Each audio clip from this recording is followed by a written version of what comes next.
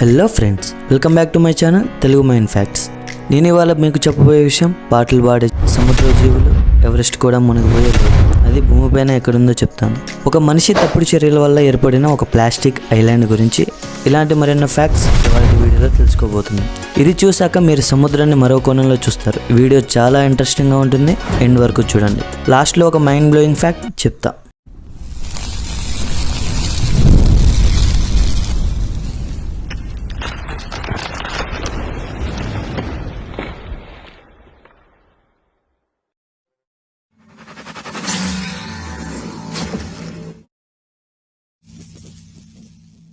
భూమిపైనే అత్యంత లోతైన ప్రదేశం ఎక్కడ ఉందో తెలుసా?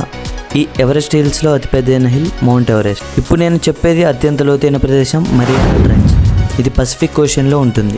దీని సుమారు లోతు 10,984 మీటర్లు. ఇది దాదాపు 36,037 ఫీట్స్ ఉంటుంది. భూమి మీద అత్యంత లోతైన ప్రదేశం ఇది. మౌంట్ ఎవరెస్ట్ ఎత్తు 8,848 మీటర్స్ మాత్రమే. ఎవరెస్ట్ని తలకిందులుగా తిప్పి మరీనా ట్రెంచ్లో పెట్టిన నీటి మట్టానికి ఇంకా 2 కిలోమీటర్లు మిగిలి ఉంటుంది. అంటే చూడండి ఇది ఎంత లోతుందో. ఇది ఎక్కడ ఉంటుంది అంటే పసిఫిక్ ఓషన్లో ఫిలిపియానో ఐలాండ్స్ మరియు గువామ్ మధ్యలో ఉంటుంది. దీనిని ఎవరు కనిపెట్టారు, ఎలా కనిపెట్టారు అంటే 1875 బ్రిటిష్ రాయల్ నేవీ వాళ్ళు HMS ఛాలెంజర్ ఎక్స్పెడిషన్ ద్వారా మొదటిసారి డెప్త్ని మెజర్ చేశారు. అఫీషియల్గా 1951లో సేమ్ నేమ్ ఛాలెంజర్ 2 షిప్తో 1960 డాన్గ్లాస్ నేవీ జాక్వస్ పికార్డ్ సైంటిస్ట్ మరియు అఫీషియల్ చేశారు. మరి ఎవరైనా అక్కడి దాకా వెళ్ళారా అంటే ఎస్, వెళ్ళారు.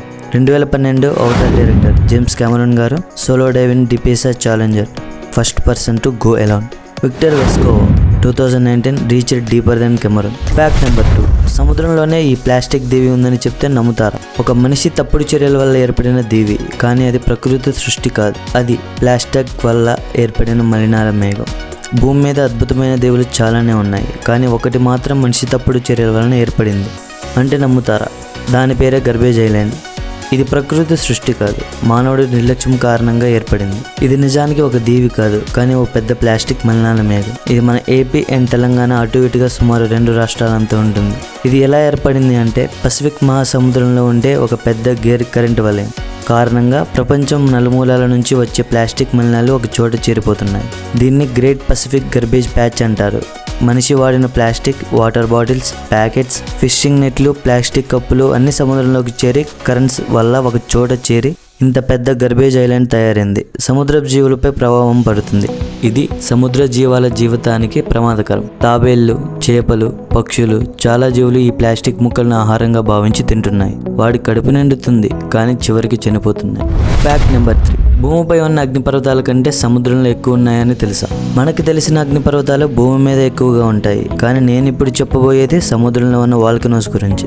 ఈ అగ్నిపర్వతాలను అండర్ వాటర్ వాల్కనోస్ లేక సబ్ మెరైన్ వాల్కనోస్ అంటారు. ప్రపంచవ్యాప్తంగా ఉన్న అగ్నిపర్వతాల్లో సుమారు 75% సముద్రపు అడుగునే ఉన్నాయి. సముద్రపు పైన కనిపించకపోయినా ఈ అగ్నిపర్వతాలు భారీ ఎరప్షన్లు విస్ఫోటనాలు చేస్తాయి. వాటి వల్ల కొత్త దీవులు, పర్వతాలు ఇంకా సముద్రపు జీవరాశి ఏర్పడుతుంది. ప్రస్తుతం రింగ్ ఆఫ్ ఫైర్ అనే పసిఫిక్ మహాసముద్రంలోని ప్రాంతంలో ఎన్నో అగ్నిపర్వతాలు క్రియాశీలంగా ఉన్నాయి. ఈ అగ్నిపర్వతాల వల్ల ఏర్పడే వేడి నీటి ఉత్తర్గల వల్ల థెర్మోఫిల్స్ అనే ప్రత్యేక జీవులు కూడా బతుకుతున్నాయి. ఇవి భూమి మీద ఎక్కడా బతకలేవు. నాసా, NOAA వంటి సంస్థలు ఇప్పుడు సముద్రపు అడుగున ఉన్న ఈ అగ్నిపర్వతాలపై రీసెర్చ్ చేస్తున్నారు. కొత్త జీవరాశుల గురించి మనకు అవగాహన ఇస్తున్నాయి. కొందరు శాస్త్రవేత్తల ప్రకారం ఏంటి అంటే మన ప్రథమ జీవులు కూడా ఇలాంటి సముద్రపు అగ్నిపర్వతాల దగ్గరే మొదలయ్యాయని భావిస్తున్నారు. ఇప్పటి వరకు వీడియో చూసారంటే ఈ వీడియో ఇంట్రెస్టింగ్గా అండ్ ఇన్ఫర్మేటివ్గా అనిపించింది అనుకుంటారు. అయితే ఎందుకు ఆలస్యం, ఇప్పుడే మన ఛానల్కి సబ్స్క్రైబ్ చేయండి. మీరు చేసే ఒక సబ్స్క్రైబ్ నాకు చాలా మోటివేషన్గా ఉంటుంది. మీకు సబ్స్క్రైబ్ బటన్ నొక్కడం ఫ్రీ. ఒకసారి కొడితే ఇలాంటి వీడియోస్ వస్తూనే ఉంటాయి. ఇక వీడియోలోకి వెళ్తాం. ఫ్యాక్ట్ నెంబర్ 4, 1000 కిలోమీటర్ల దూరంలో ఉన్న 2 తిమింగలాలు మాట్లాడుకుంటాయని తెలుసా? వేల్స్ పాటలు పాడుతాయా? అది 4000 కిలోమీటర్ వరకు వినిపిస్తుందట. వేల్స్ పాటలు పాడుతాయన్న విషయం నిజమే, కానీ వాటి పాటలు 4000 కిలోమీటర్ల దాకా వినిపిస్తాయంటే నమ్మగలరా? సముద్రంలో ఉండే వేల్స్ మన మనుషుల్లాగా మాట్లాడుకుంటాయా? అవును, మాట్లాడుకుంటాయి. మనుషుల మాదిరిగానే సముద్రంలోని ఒక వేల్స్ జాతికి చెందిన గ్రూప్ ఉంది. వాటి పేరు మేఘజల వేల్.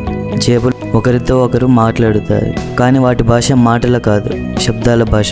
వేల్ అనేవి ప్రత్యేకమైన శబ్దాలు చేస్తూ సాంగ్స్ మాదిరిగా మిగతా వేల్స్తో కమ్యూనికేట్ చేస్తాయి. ఈ శబ్దాలు కొన్ని కిలోమీటర్ల దూరం వరకు ప్రయాణిస్తాయి, కొన్నిసార్లు వేల కిలోమీటర్ల దాకా వినిపిస్తాయి. హంబ్యాక్ వేళ్ళు తమ పాటలు ఫీమేల్స్ని ఆకర్షిస్తాయి, అలాగే ఇతర వేల్స్కు ఇది తమ టెరిటరీ అంటూ చెప్పడానికి ఉపయోగిస్తాయి. ఇవి చేసే శబ్దాలు ఇవన్నీ మనకు సంగీతంలా అనిపిస్తాయి, కానీ వాటికి అర్థం ఉంటుంది.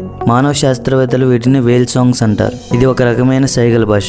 వేల్స్ చేసే శబ్దం అంత దూరం ఎలా ప్రయాణించగలుగుతుంది అంటే దానికి కారణం ఓషియన్ రివర్ అనే ఫినామినన్ వలన ఎక్కువ దూరానికి ప్రయాణించగలుగుతాయి. అది సముద్రపు ఒక ప్రత్యేక శబ్ద మార్గం. ప్రతి వేల్ గుంపుకి ప్రత్యేకమైన ట్యూన్ ఉంటుంది. కొన్ని పాటలు గంటల గంటల పాటు కొనసాగుతాయి. 1992లో రికార్డ్ అయిన ఒక వేల్ సాంగ్ 4000 కిలోమీటర్ల దూరం వరకు వినిపించింది. వేల్ శబ్దం నీటిలో గాలిలో కంటే 4x స్పీడ్తో ప్రయాణిస్తుంది. కొన్ని వేల్స్ వందల రకాల శబ్దాలతో మాట్లాడతాయి, వాటికి కూడా డైలాగ్స్ ఉంటాయి. Fact number 5. సముద్రం కరెంటు ఉత్పత్తి చేస్తుందని మీకు తెలుసా? మన గ్రామాల భవిష్యత్తు విద్యుత్ సముద్రం నుంచి వస్తుందన్నది నిజం. ఓషన్ పవర్ మీ ఊరికి రావచ్చు. మన సముద్రాలు సైలెంట్గా ఉన్నాయేమో కానీ అవి ఉత్పత్తి చేసే శక్తి ప్రపంచాన్ని మార్చే శక్తి కలిగినదే. ఈరోజు మనం తెలుసుకోబోతున్నాం ఓషన్ ఎలక్ట్రిసిటీ అంటే సముద్రాల నుండి విద్యుత్ ఎలా తీసుకుంటారో దాని ప్రయోజనాలు ఏమిటో. ఓషన్ ఎలక్ట్రిసిటీ అంటే సముద్రాల్లో ఉన్న శక్తిని తరంగాలు, వేవ్స్, ప్రవాహాలు, కరెంట్స్, టైడ్స్, సముద్రపు ఉష్ణోగ్రత భేదాలు, థర్మల్ గ్రేడియంట్స్ ద్వారా విద్యుత్తుగా మార్చడం. ఈ శక్తిని మ్యారియన్ రిన్యూవబుల్ ఎనర్జీ అంటారు. ఇది 3 రకాలుగా ఉంటుంది. వేవ్ ఎనర్జీ సముద్రపు అలలతో, టైడల్ ఎనర్జీ టైడ్లతో, ocean thermal energy conversion OTEC వేడి చల్లని నీటి భేదంతో ఎలా పనిచేస్తుంది. Wave energy generators. సముద్ర పాలలు ఎప్పుడు తాకినా ఒక బోయిలా ఉండే పరికరం కదిలి టర్బైన్ తిరుగుతుంది, విద్యుత్ ఉత్పత్తి అవుతుంది. టైడల్ బ్యారేజెస్. ఇది ఒక డ్యామ్లా ఉంటుంది.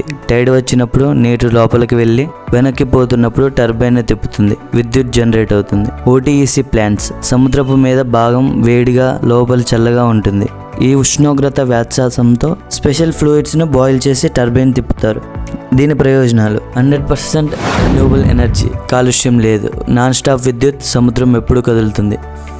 భవిష్యత్తులో గ్రామాలు, ద్వీపాలు, ఐస్లాండ్స్ సముద్ర శక్తితో పూర్తిగా జీవించవచ్చు. ఇండియాలో గుజరాత్, తమిళనాడు, ఆంధ్రప్రదేశ్ ప్రాంతాల్లో అవకాశం ఉంది. ఈ వీడియో మీకు ఎలా అనిపించింది? మీకు ఒకవేళ ఈ వీడియో ఇంట్రెస్టింగ్గా అండ్ ఇన్ఫర్మేటివ్గా అనిపిస్తే మన ఛానల్ను సబ్స్క్రైబ్ చేసుకోండి. బెల్ ఐకాన్ క్లిక్ చేసి నోటిఫికేషన్ ఆల్లో పెట్టుకుని నేను మళ్ళీ వచ్చే వీడియోలో 3 హార్ట్స్ ఉన్న ఒక జీవి గురించి చెప్తాను. అండ్ దాని రక్తం మనలా ఎర్రగా కాకుండా బ్లూ కలర్లో ఉంటుంది. ఇలాంటి మరెన్నో ఇన్ఫర్మేటివ్ వీడియోలు నేను పెట్టిన వెంటనే మీ ఫోన్లోకి వస్తాయి. Thank for watching.